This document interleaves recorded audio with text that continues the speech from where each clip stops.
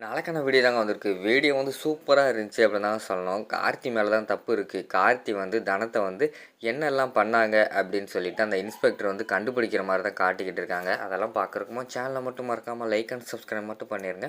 First எடுத்த உடனேயுமே வந்து அந்த இன்ஸ்பெக்டர் குரு இருக்கார்ல, அவரு வந்து தனத்தோட ஃப்ரெண்டு கிட்ட வந்து விசாரிக்காங்க. சரி அந்த லெட்டர கொண்டு போய் யார்ட்ட குடுத்தீங்க? அப்படிங்கிற மாரி கேட்ட உடனேயும், நான் வந்து மாயா கிட்ட தான் குடுத்தேன் அப்படிங்கிற மாரி சொல்றாங்க. Okay, okay. சரி அந்த லெட்டர்ல என்ன எழுதிருந்துச்சு உங்களுக்கு தெரியுமா? அப்படிங்கிற மாரி கேட்டோனே, "இல்ல சார். நான் அத ஓப்பன் பண்ணி பார்த்து படிக்கல." அப்படிங்கிற மாரி சொல்றாங்க. "ஓ! அப்படியா? சரி கிளம்புங்க." அப்படின்னு சொல்லிட்டு அனுப்பி வச்சுடுறாங்க. அவங்க கொஞ்சம் தூரம் போன உடனே வண்டிய நிப்பாட்டிட்டு மாயாவுக்கு வந்து கால் பண்ணுறாங்க. கால் பண்ணிவிட்டு, "இன்ஸ்பெக்டர் வந்து என்னை விசாரிச்சாரு." அப்படிங்கிற மாரி கேட்காங்க. சரி என்னென்ன சொன்ன? அப்படிங்கிற மாரி சொன்னோனே, "எல்லா உண்மையுமே சொல்லிட்டேன். அந்த லெட்டர கொண்டு வந்து உங்ககிட்ட குடுத்ததெல்லாம் சொல்லிட்டேன்." அப்படிங்கிற மாரி வந்து மாயா கிட்ட சொல்றாங்க. "ஓ! சொல்லிட்டியா?" அப்படிங்கிற மாரி சொல்லிட்டு ஷாக் ஆகுறாங்க. "என்ன மாயா? எதுவும் பிரச்சனையா சொன்னதுனால?" அப்படிங்கிற மாரி சொல்றாங்க. "இல்ல, இல்ல. நல்லது தான். கார்த்திய கண்டுபிடிச்சா நல்லது தானே." அப்படி சொல்லிட்டு மாயா வந்து ஃபோனை வச்சுடுறாங்க. அதுக்கடுத்து வந்து மாயாவுக்கு வந்து தோணுது, ஆஹா! இன்ஸ்பெக்டர் வந்து நம்மள கொஞ்சம் கொஞ்சமா நெருங்க ஆரம்பிச்சிட்டாரு. இனிமே வந்து கார்த்தியோட ஃபோனு நம்மக்கிட்ட இருந்தா அது சரிப்பட்டு வராது. அதுக்கு ஒரு முடிவு கட்டணும் அப்படின்னு சொல்லிட்டு, கார்த்தியோட ஃபோன் எடுத்துட்டு விறுவிறுன்னு அவங்க கொல்லை பக்கமா பின்னாடி வராங்க. பின்னாடி வந்து பார்த்தா ஒரு கிணறு இருக்கு. இதுதான் சரியான நேரம் அப்படின்னு சொல்லிட்டு, அந்த அந்த மொபைல்லேருந்து மெமரி கார்ட எடுக்காங்க. எடுத்துட்டு பக்கத்தில் ஒரு கல் இருக்குது. அந்த கல் எடுத்து அந்த மெமரி கார்டை வந்து அடித்து நொறுக்கிடுறாங்க. நொடிச்சு அதை தூக்கி போட்டு மொபைலை வந்து ஒரு கல் எடுத்துட்டு அதில் வந்து நல்லா இறுக்கி கெட்டிடுறாங்க. கெட்டிட்டு அந்த கிணத்துக்குள்ளே தூக்கி போட்டுடுறாங்க. இனிமேல் மொபைல் வச்சு கண்டுபிடிச்சாலும் வாய்ப்பு இருக்குது அப்படின்னு சொல்லிட்டு அங்கே கெட்டி தூர போட்டுற மாதிரி காட்டுறாங்க. அங்கிட்டு பார்த்தா டக்குன்னு நம்ம குரு இருக்கார்ல, அவர் வந்து அவங்களோட பண்ணை வீட்டுக்கு வந்து போகிற மாதிரி தான் காட்டுறாங்க. அங்கே பார்த்தா கார்த்தியோட அப்பா இருக்கார். சரி இந்த பண்ணை வீட்டில் யார் யார் யார் யார் அடிக்கடி வருவா அப்படிங்கிற மாதிரி வந்து குரு வந்து விசாரிக்காரு. நாங்கள்லாம் வரமாட்டோம் சார். அவன் கார்த்தி தான் வருவான். அவங்க ஃப்ரெண்டு கூட அடிக்கடி வருவான் அப்படிங்கிற மாதிரி சொல்கிறாங்க. சரி நாங்கள் போய் செக் பண்ணிக்கிறோம்னு சொல்லிட்டு உள்ளே போகிறாங்க. பின்னாடியே வந்து அவங்க அப்பா வராரு. வேண்டாம் வேண்டாம் நீங்கள் இங்கேயே இருங்க. நாங்கள் போய் செக் பண்ணிட்டு வரோம்னு சொல்லிட்டு போலீஸ்காரங்க மட்டும் உள்ளே போகிறாங்க. உள்ளே போய் எல்லா போலீஸ் இன்ஸ்பெக்டரு, கான்ஸ்டபிள் எல்லாமே ஒவ்வொரு பக்கம் போய் செக் பண்ணிக்கிட்டு இருக்காங்க. குரு மட்டும் அந்த சோஃபாவில் இருக்கிற அந்த போதைப் பொருளை பார்த்துடுறாரு. அதை லேசாக தொட்டு மோந்து பார்க்காரு. அவருக்கு தெரிஞ்சு போச்சு இது வந்து போதைப் பொருள் அப்படின்னு சொல்லிட்டு. போதைப் பொருள் அன்னைக்கு வேறு போதை ஊசியை வேறு அவர் வந்து கையில் வச்சுருந்தார்ல. மயக்க ஊசியெல்லாம் அங்கிட்டு கிடந்துச்சில. நம்ம தனத்துக்காக போடுறதுக்காக தனத்துக்கு போடுறதுக்கு அந்த ஊசியெல்லாம் வச்சுருந்தாங்களே, அந்த ஊசி எல்லாத்தையுமே வந்து செக் பண்ணிடுறாரு. எடுத்து பார்க்காரு. இது போதை ஊசி, அதாவது மயக்க மருந்து ஊசி அப்படின்னு சொல்லிட்டு அதையும் கண்டுபிடிச்சிடுறாங்க. அதை எல்லாத்தையுமே வந்து கான்ஸ்டபிள்கிட்ட ஒரு க்ளவுஸ் கொடுங்க அப்படின்னு சொல்லிட்டு அதை அப்படியே எடுத்து பேக்கப் பண்ணிடுறாரு.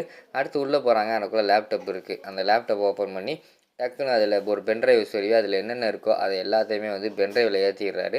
ஏற்றிட்டு வெளியில் வராங்க. அப்போ வந்து கார்த்தியோட அப்பா வந்து கேட்காரு, என்ன சார் என் பையனை பற்றி ஏதாவது குழு கிடச்சதா அப்படிங்கிற மாதிரி சொல்கிறாங்க.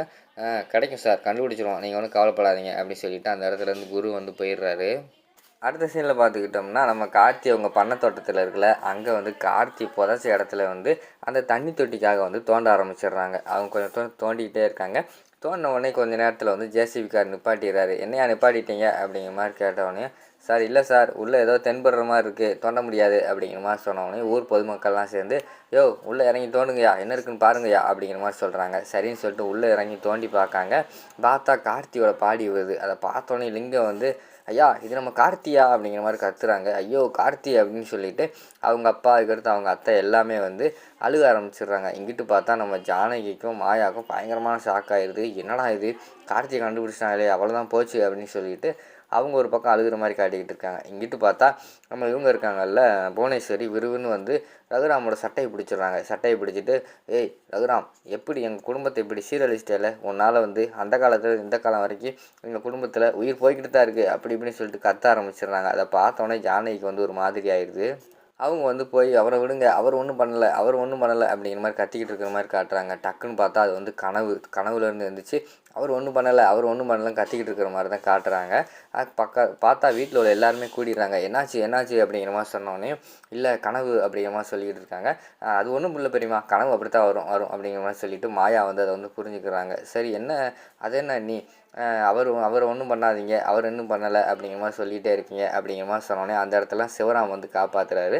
அது வந்து அண்ணன் மேலே வந்து அன்றைக்கி பாசம் அதிகம்ல, புவனேஸ்வரி வந்து வீட்டில் வந்து கத்திட்டு போனால, அதனால் வந்து அவர் மேலே தப்பு இல்லை அப்படின்னு சொல்லிட்டு கத்திக்கிட்டு இருக்காங்க போல், அப்படி தானே நீ அப்படிங்கிற மாதிரி சொன்னோன்னே, ஆமாம் ஆமாம் அப்படிங்கிற மாதிரி சொல்கிற மாதிரி காட்டுறாங்க. சரி சரி போங்க போங்க, அதெல்லாம் ஒன்றும் கிடையாது அப்படிங்கிற மாதிரி சொல்கிறாங்க. கடைசியில் ரகுராம் வந்து அதெல்லாம் ஒன்றும் நினைக்காம படுத்தூங்க சொல்லு சிவராம் அப்படிங்கிற மாதிரி சொல்லிட்டு விறுவிறுன்னு போயிடுறாரு. அண்ணி நீங்கள் எதுவுமே நினைக்காதீங்க, தூங்கு அண்ணி அப்படி சொல்லிட்டு அவரும் போயிடுறாங்க. எல்லாருமே போன பிறகு மாயா கிட்ட வந்து கதறாங்க நம்ம ஜானகி வந்து. மாயா கடைசியில் உண்மை தெரிஞ்சிரும் போலயே, எனக்கு கனவுல வந்துருச்சு, உண்மை மட்டும் தெரிஞ்சுச்சுன்னா நான் உயிரோடவே இருக்க மாட்டேன், நான் செத்து போயிடுவேன் அப்படிங்கிற மாதிரி சொல்கிறாங்க. இங்கே பாருங்கள் பெரியம்மா, நீங்களாம் வந்து உண்மையை சொல்லாத வரைக்கும் யாருக்குமே தெரியாது, தயவுசெய்து வந்து நீங்கள் அந்த உண்மையை மட்டும் யார்கிட்டையும் சொல்லாதீங்க அப்படிங்கிற மாதிரி சொல்லிகிட்டு இருக்காங்க. எப்படி மாயா, ஆனால் உண்மையை பார்க்கும்போது எல்லாம் நடந்துரும் போலயே அப்படிங்கிற மாதிரி சொல்கிறாங்க. நீங்கள் வாயை மட்டும் திறக்காதீங்க, நம்மளை யாரும் கண்டே பிடிக்க முடியாது அப்படின்னு சொல்லிட்டு மாயா மறுபடியும் வந்து அதாவது கான்ஃபிடெண்ட்டாக சொல்கிற மாதிரி காட்டுறாங்க. அதே மாதிரி மறுநாள் காலையில் அந்த இடத்துல தோன்ற மாதிரி தான் காட்டுறாங்க. இங்கிட்டு பார்த்தா ஜானகி போய் சாமிக்கிட்ட வேண்டிக்கிட்டு இருக்காங்க. சாமி, அன்னைக்கு வந்து நான் வந்து பண்ணது தப்பு தான், அப்படி பண்ணலைன்னா மாயா வந்து அவன் கெடுத்திருப்பான், அதனால தான் அப்படி பண்ணேன். நானே போய் உண்மையை சொல்லிடலான்னு சொன்னேன். அப்போ நீ தானே சாமி வந்து மாயாவோட உடம்புக்குள்ளே புகுந்து நீ பண்ணது தப்பு கிடையாது, நீ பண்ணது தப்பு கிடையாது அப்படிங்கிற மாதிரிலாம் என்கிட்ட சொன்னேன். அதனால தான் நான் இருந்தேன். இப்போ உண்மை தெரிஞ்சிடும் போலே, எனக்கு பயமாக இருக்குது அப்படிங்கிற மாதிரி சொல்லிவிட்டு அவங்க சாமிக்கிட்ட வேண்டுற மாதிரி தான் காட்டுறாங்க. அங்கிட்டு பார்த்தா ஜேசிபி தோண்டிக்கிட்டு இருக்குது. அதே மாதிரி தான் அவர் சொல்கிறாரு, சார் உள்ளே ஏதோ இருக்குது, இதுக்கு மேலே தோண்ட முடியாது அப்படிங்கிற மாதிரி சொன்னோன்னே அவனுக்குள்ளே 2 பேர் வந்து இறங்கி அதை குழியை தோன்ற மாதிரி தான் காட்டுறாங்க. அதோட பார்த்துக்கிட்டிங்கன்னா அந்த எபிசோடு வந்து முடிச்சிடுறாங்க.